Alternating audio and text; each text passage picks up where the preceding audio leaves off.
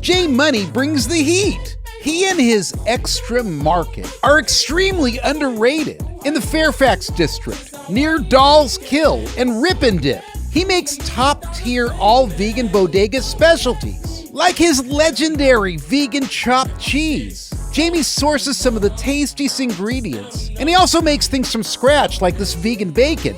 Today I got the $10 special, grilled cheese, Grillo pickle sandwich. Inspired by the Grateful Dead staple and Jay's childhood favorite grilled cheese and pickles. It's a great combination with perfectly toasted bread, gooey vegan cheese, and the vinegar crunch of Grillo's pickles. For something this simple to be great, all the elements have to come together perfectly. And J Money makes it so.